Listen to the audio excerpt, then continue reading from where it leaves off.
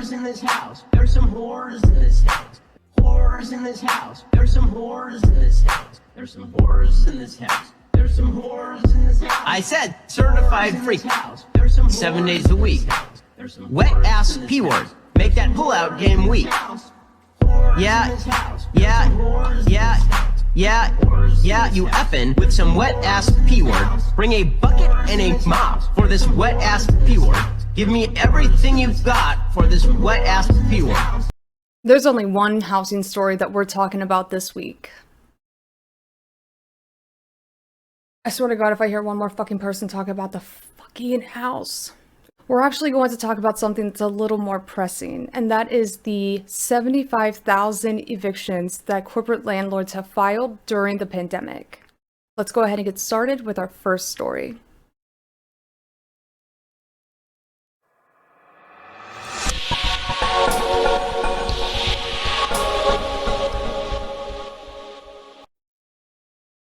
The Selection Committee on the Coronavirus Crisis held a hearing last month to evaluate the scope of the eviction crisis spearheaded by corporate landlords.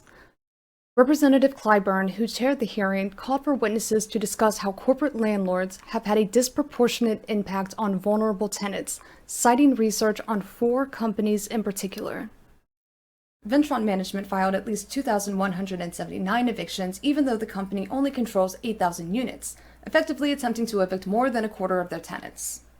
Invitation Homes filed at least 932 evictions across 6 states, including disabled veterans and transportation workers affected by the pandemic, while experiencing a 30% increase in profits during 2020.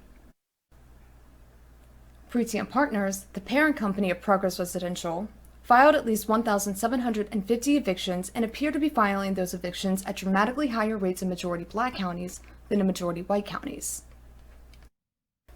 The Siegel Group filed at least 573 evictions and has rapidly increased the share of its eviction filings that are purportedly for reasons other than non-payments. All of these corporate landlords are morally reprehensible, do not get me wrong, but I want to focus on one group in particular, and that is Invitation Homes. Invitation Homes didn't file the most evictions, but that's not because they are one rung up on the corporate ethic ladder. It's just because they've been doing this for a while, the longest, if you will. They know how to skirt bad press, bad reputations by putting together a facade.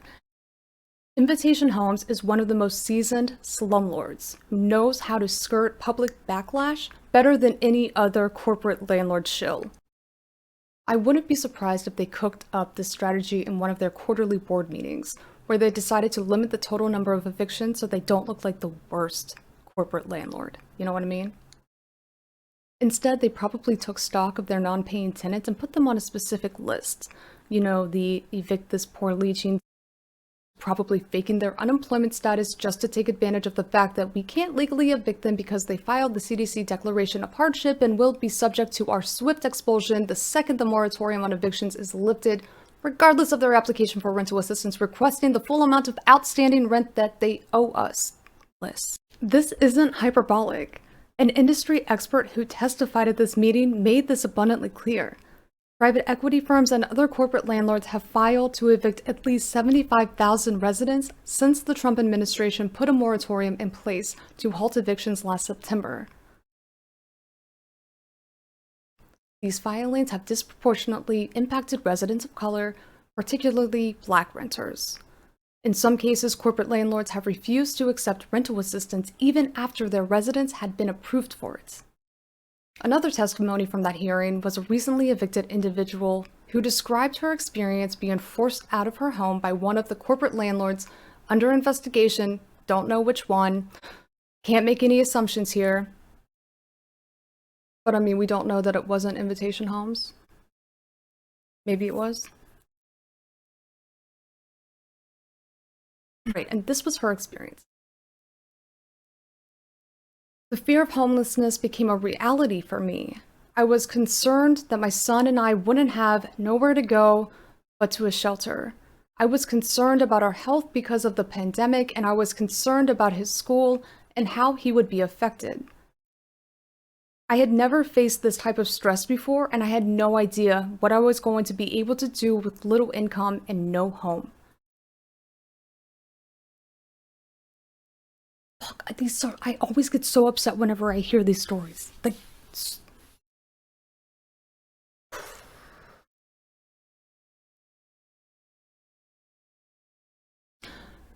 we gotta talk about corporate landlords a little more, just to get better informed about what they're doing, where they come from, how dirty they are. It goes all the way back to 2008, of course, in the wake of the 2008 subprime mortgage collapse. After the largest foreclosure crisis in American history, investment bank Morgan Stanley released a report highlighting the potential benefit of purchasing foreclosed homes, as a likely paradigm shift would inevitably lead to a demand for more rental properties, as the prospect for home ownership under our current market constraints and federal borrowing standards became increasingly out of reach for most households.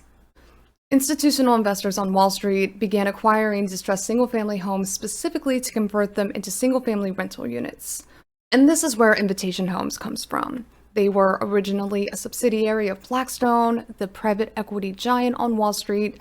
Now it's publicly owned and the largest single-family rental unit property owner in the country. We're talking 80,000 units across 16 markets. But Invitation Homes comes from humble beginnings. And when I say humble beginnings, I mean that Blackstone's business model was based on acquiring low-income valued homes in distressed areas specifically to put money into renovating them and renting the homes at a higher cost than what would have been the monthly mortgage if the home would have stayed on the buyer's market.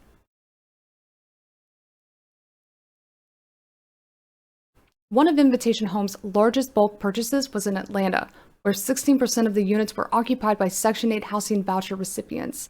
Literally, Invitation Homes was based on predatory investments into poor neighborhoods, and after the rehabilitation process, they used their portfolios of gentrified spaces to create a new asset class through the issuance of rental receipts into publicly issued real estate investment trusts. All right, let's make sense of this. A real estate investment trust is an investment vehicle to capitalize off the cost of land once it appreciates in value. Institutional investors set up REITs to build investor capital to make initial home purchases that are placed on the rental market.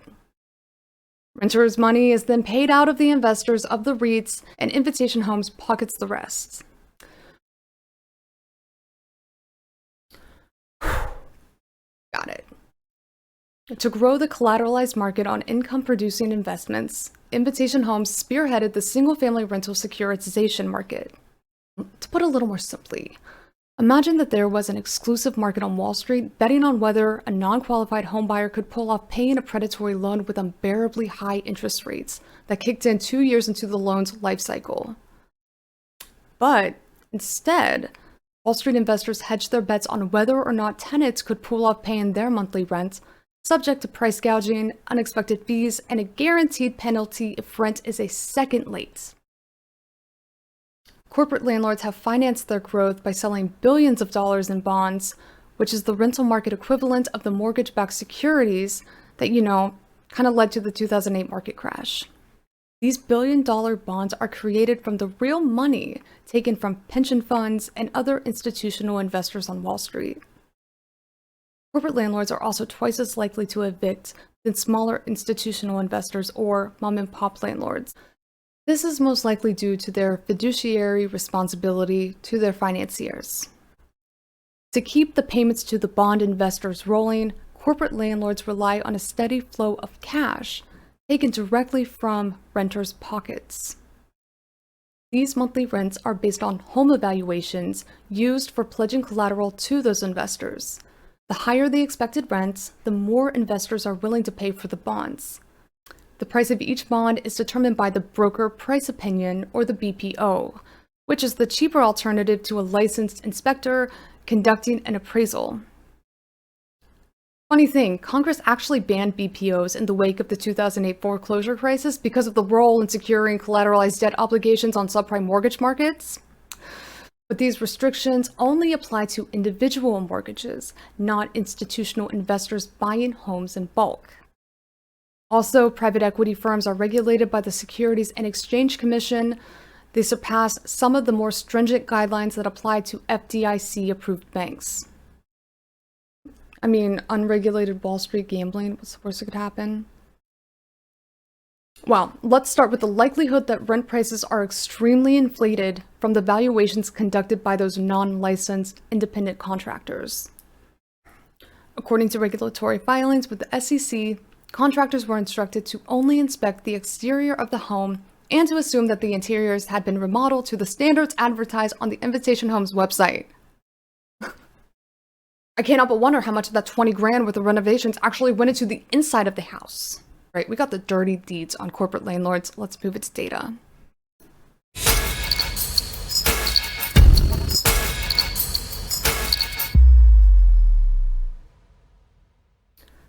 We're going to be taking a closer look at Invitation Homes, starting with their market portfolio. Invitation Homes has 80,000 units across 16 markets, typically in the southern regions of the United States. This map breaks down the precise location of each of their units, as well as the size of each market. They've also seemingly targeted specific markets that are growing population-wise. Those are in Atlanta, Georgia, and Phoenix, Arizona.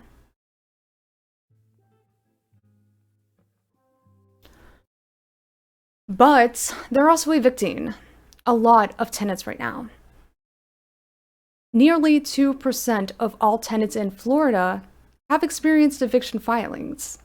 That's a lot of people. There's a lot of old people in Florida. Invitation Homes could literally be kicking out old people right now. They don't give a fuck.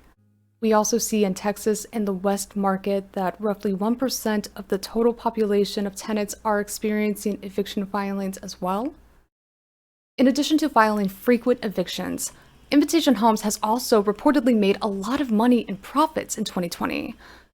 So if they are maximizing their profits right now during a pandemic, that means that they're increasing rents. And it turns out that yes, for all new leases that are signed with Invitation Homes, markets are experiencing upwards of 27% increases in rates.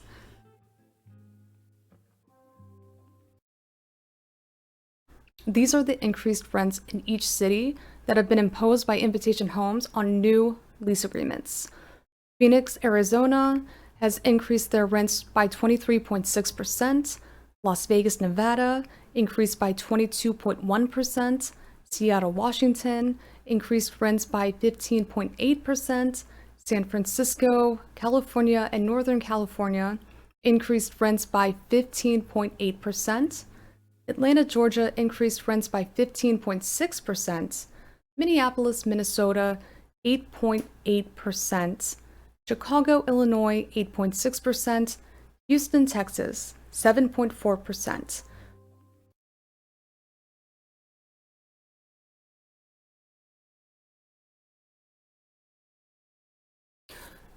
Now, mind you, these are for new leases, but let's look at the increased rates that are charged to existing tenants to renew their leases.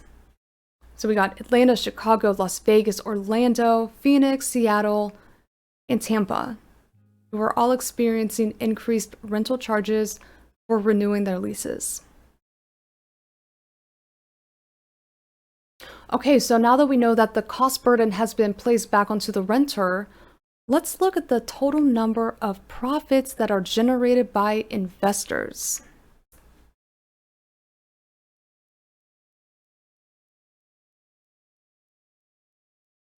This is the Invitation Homes net income available to common stockholders. Looks like they're doing okay. And last but not least, we have our cute little dancing graph that's taken a little while to load. It's all right, little guy, you're gonna make it.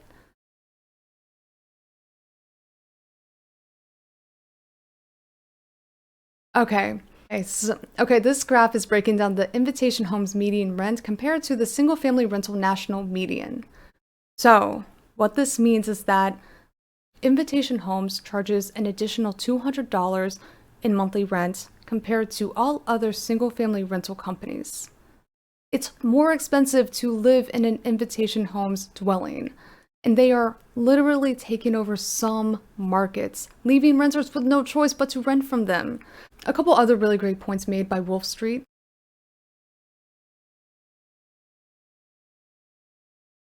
3 of the 16 markets, Minneapolis, Chicago, and Houston, got away with single-digit lease-over-lease rent increases. The rest of the 13 markets saw a double-digit rent spike. All combined new leases and renewals brought the increased rates up to an average of 8%.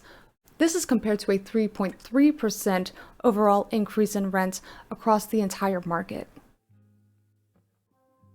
I'm an anti-capitalist, anti-landlord, Maoist, memeing, online leftist. I hate invitation homes, but I hate even more that they have duped people into thinking that they give a fuck about them. Truly shameless shit. Look at the way that they posture themselves. Like they're not like the other corporate landlords, like they're better. It's just all bullshit. Just look at it. Just look at it. It's fucking sick. Just look at it. What does it mean to lease friendlier? Simply put, it means to lease from Invitation Homes. It's really refreshing to have a company that cares about the home I live in and whether or not I'm happy in it. My children and I love our home. We love our neighborhood. We love the schools. And it has just meant the world to us to have our first home together and to have a space where we can have everybody over. Having a backyard, barbecue. I actually like lawn care. I like cutting the grass. I have a little beagle named Rosie, and she really enjoys having space to run around. This is the first time that I've ever leased a home. I didn't expect it to be as easy as it was. Invitation Homes has this amazing smart home technology. They know what we want. Leasing from Invitation Homes gives us so much confidence because they are a professional leasing company. You can honestly tell that they care about the homes that they lease and the people that's within them. They stand by what they say, and they're there for you. No wonder we're the nation's premier home leasing company. Invitation Homes. Lease friendlier.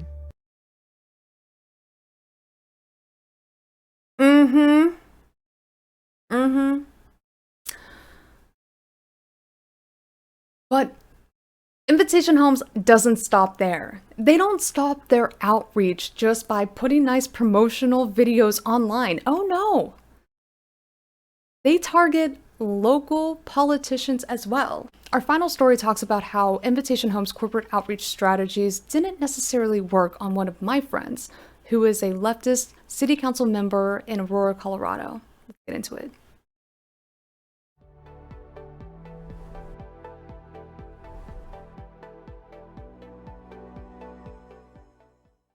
So my friend, Juan Marcano, is the city council member in Aurora, Colorado's 4th Ward. He sent me this letter that he received earlier in the spring directly from, you guessed it, read it. Dear Councilmember Juan Marcano, as the nation's leading slumlord, Invitation Homes is proud to shield to you and see if there is any business opportunities you would be willing to give us. Tax breaks, we'll take them. Also, we want to stay in your good graces because we know that right now you might have heard we're evicting people. We're privileged to operate in your community. Enclosed, you'll find our one-page shill reports. Look at how many homes we are providing. Please be a neoliberal shill like us. Bye.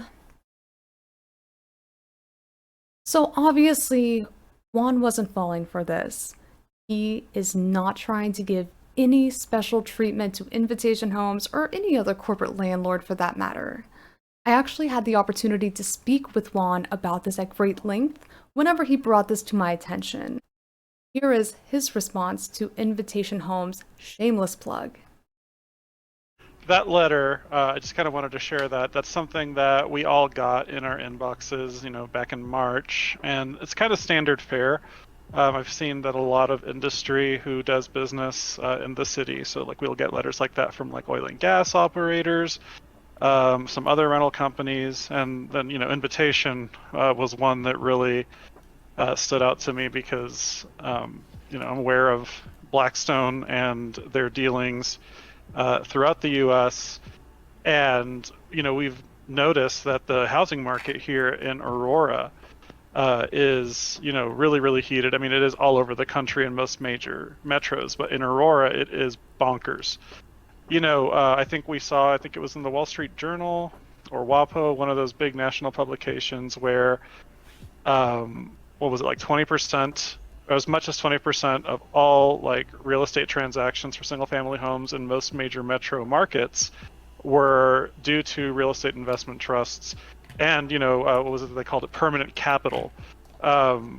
So that is what, in my opinion, and I think the data backs this up, is really driving the ballooning cost of real estate in Aurora and across the country. And, I wanted to see what we could do to kind of not necessarily get ahead of it, because it's a little late for that, but to try to like tamp that down and, restore some sanity and stability to the market.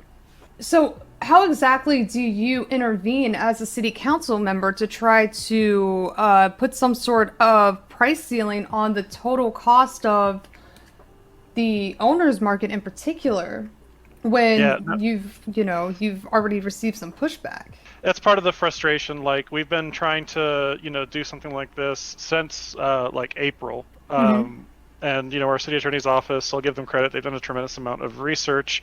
And I can't give away all the specifics because I think it's like pseudo-confidential information still. But basically, we're getting pushback on, I think I would actually argue uncharitable interpretations of the contract clause, the 14th, 4th, and 5th Amendments. So part of the issue is, when we look at what other countries have done to kind of combat this predatory behavior, like I think I remember like in Spain, I think that it was in Madrid or Barcelona, one of the two, where like one of their local governments basically was like, hey, landlords, you need to stop raising rents on people and driving them, to get evicted. And if you don't, we're going to seize your property and turn it into public housing.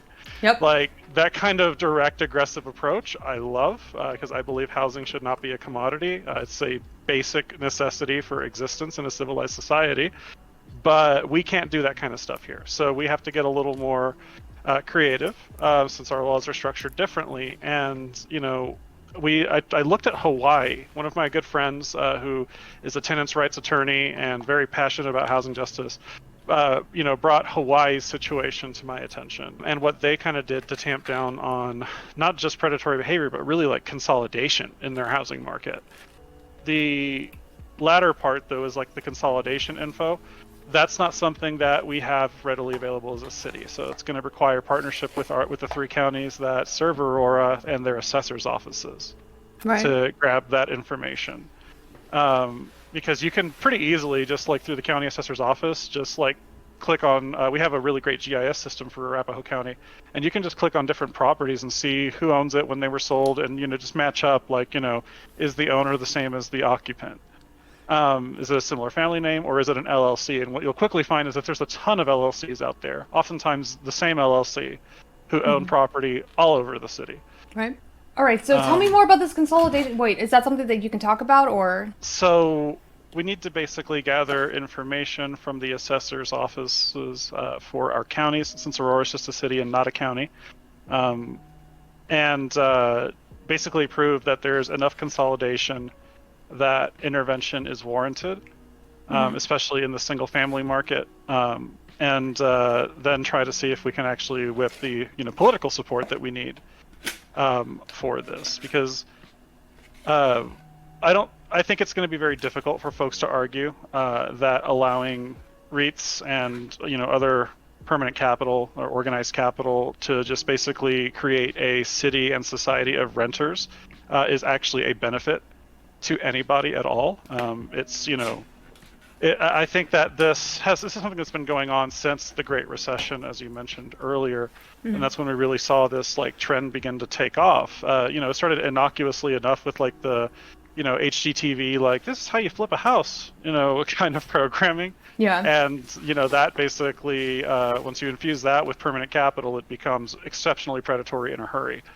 And I think we've kind of just hit like a critical mass, where it's at the point where regular working people cannot afford to buy a home or start a family, let alone generate any kind of wealth from their home, which is a problematic practice as is. But business as usual, basically, that door is closed for the vast majority of people in the city. And I think that it's time that we not only try to, intervene in the market to actually like restore sanity so that people can actually buy homes and we're not just selling homes that are going to be turned around and rented out at ridiculous prices, but that we also as a city create a public option for housing. That being said, thank you so much for watching this episode of Housing News with Amy C3, and we'll see you next time.